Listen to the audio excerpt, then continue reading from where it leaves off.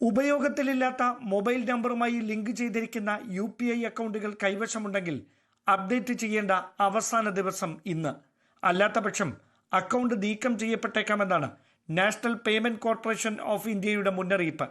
Online സാമ്പത്തിക ഇടപാടുകളിലെ അപകടങ്ങൾ തടയാൻ സാധിക്കുന്നതാണ് പുതിയ നീക്കം. ATMൽ നിന്നും പണം പിൻവലിക്കുന്നതിന് ഇനി അധിക ചാർജ് നൽകേണ്ടതായി വരും. നേരത്തെ ഒരാളിൽ നിന്ന് 17 രൂപയായിരുന്നു ഫീസായി ഈടാക്കിയിരുന്നത്.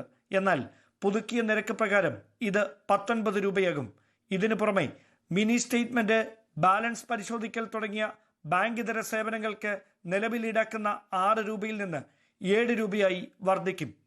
ഏപ്രിൽ 1 മുതൽ സേവിങ്സ് അക്കൗണ്ടുകളിൽ മിനിമം ബാലൻസ് നിലനിർത്തേണ്ടതും അനിവാര്യതയാകും. മിനിമം ബാലൻസ് ഇല്ലെങ്കിൽ പിഴ ഈടാക്കുമെന്നാണ് വിവിധ ബാങ്കുകളുടെ മുന്നറിയിപ്പ്. വൻകിട വാഹന നിർമ്മാതാക്കളും കാറുകളുടെ വില വർദ്ധിപ്പിക്കാൻ ഒരുങ്ങുകയാണ്. 50,000 രൂപയ്ക്ക് മുകളിലുള്ള ചെക്ക് ഇടപാടുകൾ സംബന്ധിച്ചുള്ള വിവരങ്ങൾ ബാങ്കിന് ഇനി ഡിജിറ്റലായി നൽകേണ്ടി വരും. സാമ്പത്തിക തട്ടിപ്പുകൾ തടയുന്നതിനായി RBI ആവിഷ്കരിച്ച പോസിറ്റീവ് പേ സിസ്റ്റം പദ്ധതിയുടെ ഭാഗമായാണ് ഈ നീക്കം. ആദായ നികുതിയിലെ സെക്ഷൻ 87A പ്രകാരം 25,000-ൽ നിന്നും 60,000-ആയി നികുതി ഇളവ് വർദ്ധിക്കും. സംസ്ഥാനങ്ങൾക്കിടയിൽ നികുതി വരുമാനത്തിന്റെ ശരിയായ വിതരണം ഉറപ്പാക്കുന്നതിനായി GSTയിൽ ഇൻപുട്ട് സർവീസ് ഡിസ്ട്രിബ്യൂട്ടർ സിസ്റ്റം അഥവാ IDS സംവിധാനവും അടുത്ത ദിവസം മുതൽ നിലവിൽ വരും. Dan Kurian, news 18, Thiruvananthapuram.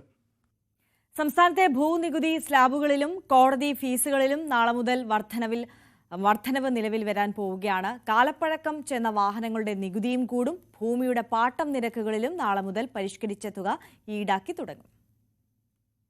സംസ്ഥാനത്തെ ഭൂനികുതി സ്ലാബുകൾ 50% വർദ്ധിപ്പിച്ചതിലൂടെ 100 കോടി രൂപയുടെ അധിക വരുമാനമാണ് സർക്കാർ പ്രതീക്ഷിക്കുന്നത്.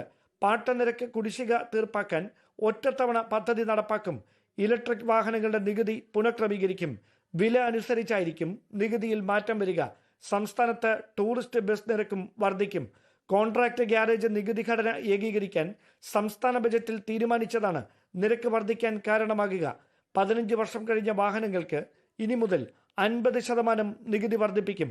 നമ്മൾ ഈ വർഷത്തെ ആകെ ധനകാര്യ കാര്യങ്ങളിൽ സാമ്പത്തികമായി നമുക്ക് കഴിഞ്ഞ വർഷത്തെക്കാളും ഒക്കെ മുന്നോട്ട് പോകാൻ കഴിഞ്ഞിട്ടുണ്ട് എന്നുള്ളത് ആണ് പ്രാഥമിക കണക്കുകളിൽ വരുമ്പോൾ കാണുന്നത്. നിയമസഭയിൽ ഞാനിത് പറഞ്ഞിരുന്നു. ബഡ്ജറ്റ് അവതരിപ്പിച്ചുകൊണ്ട് ഈ വർഷം കുറച്ചുകൂടി മെച്ചപ്പെട്ട അവസ്ഥയിലേക്ക് തന്നെയാണ് കാര്യങ്ങൾ വരുന്നത്. അടുത്ത വർഷം 2 ട്രില്യൺ രൂപ 2 ട്രില്യൺ രൂപയുടെ ഒരു എക്കണോമി എന്ന നിലയിലല്ല, ബഡ്ജറ്റിലേക്ക് എത്തും. എക്കണോമി എന്ന നിലയിൽ നമ്മുടെ ആകെ വരുമ്പം അതിനേക്കാൾ വളരെ കൂടുതൽ വരും GSDP. കോടതി ഫീസുകളും കുത്തനെ കൂടി. ചെക്ക് കേസുകൾക്ക് സംസ്ഥാനത്തെ കോടതി ഫീസ് ഇപ്പോൾ 10 രൂപയാണ്. ഇനി മുതൽ ചെക്കിലെ തുകയനുസരിച്ച് ഫീസും കൂടും. നിരസിക്കപ്പെടുന്ന ചെക്കിന്റെ തുക 10,000 രൂപ വരെയാണെങ്കിൽ 250 രൂപയും 10,000 മുതൽ 3 ലക്ഷം രൂപ വരെയാണെങ്കിൽ തുകയുടെ 5%-ഉമാകും കോടതി ഫീസ്. കുടുംബ കോടതികളിലും ചിലവ് കൂടും. വസ്തു സംബന്ധമായ കുടുംബ കോടതികളിലെ കേസുകളുടെ ഫീസും വർദ്ധിപ്പിച്ചു. 1 ലക്ഷം രൂപ വരെയുള്ള കേസുകളിൽ കോടതി ഫീസ് 200 രൂപയാക്കി. 1 ലക്ഷം മുതൽ 5 ലക്ഷം രൂപ വരെയുള്ള കേസുകളിൽ അവകാശപ്പെടുന്ന തുകയുടെ 0.5% ഫീസ്. ഹൈക്കോടതിയിൽ മുൻകൂർ ജാമ്യാപേക്ഷ എന്നിവയ്ക്കുള്ള ഫീസ് 500 രൂപയായി വർദ്ധിപ്പിച്ചു.